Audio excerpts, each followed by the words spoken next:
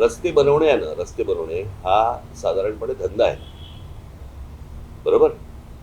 धंदा कशा अर्थाने बोलतोय मी, की टेंडर काढायची, रस्ते बांधायचे, ते खराब झालेच पाहिजेत.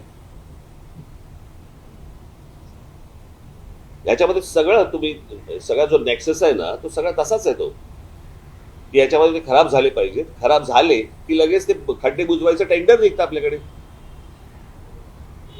म्हणजे आपल्याकडे तो जो कोणी कॉन्ट्रॅक्टर असेल त्याला कुठच्याही प्रकारचे पनिशमेंट होत नाही. खड्डे बुजवायचं कॉन्ट्रॅक्ट निघतं, त्याच्यात करप्शन होतं, पुन्हा नवीन रस्ते बांधण्यासाठी परत नवीन टेंडर होतं. हे ज्या प्रकारचं जे चालू आहे, गेली अनेक वर्ष सुरू आहे ना. या सगळ्या गोष्टींना लोक त्रासलेले आहेत. त्या खड्ड्यातनं जात आहेत, त्याच्यामध्ये अनेक लोक मृत्युमुखी पडत आहेत. परंतु जे करतायत त्यांनाच वारंवार निवडून दिलं जात आहे. आता त्यांना जर समजा पटत असेल की बाबा हे घ्यायला किती काही खड्ड्यात घाला नाही तर कशातही घाला, हे आपल्याला मतदान करणारच आहेत, हा जर विश्वास असेल, तुम्हाला आयुष्यात चांगले रस्ते मिळू शकत नाहीत.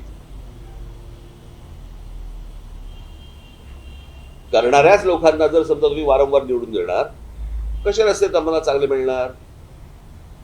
त्यांना असं वाटतंय आम्ही जे करतोय ते बरोबर करतोय. त्याच्यामुळे 400 खड्ड्यांचं काय घेऊन बसलात तुम्ही? आणि हा विषय फक्त मुंबईचा नाही आहे, हा सर्व शहरांचा विषय आहे. फक्त काय आहे प्रॉब्लेम, जे बाहेरच्या राज्यांमधून येतात त्यांना महाराष्ट्रातले खड्डे दिसतात, फक्त त्यांची राज्य खड्ड्यात गेलेली दिसत नाही.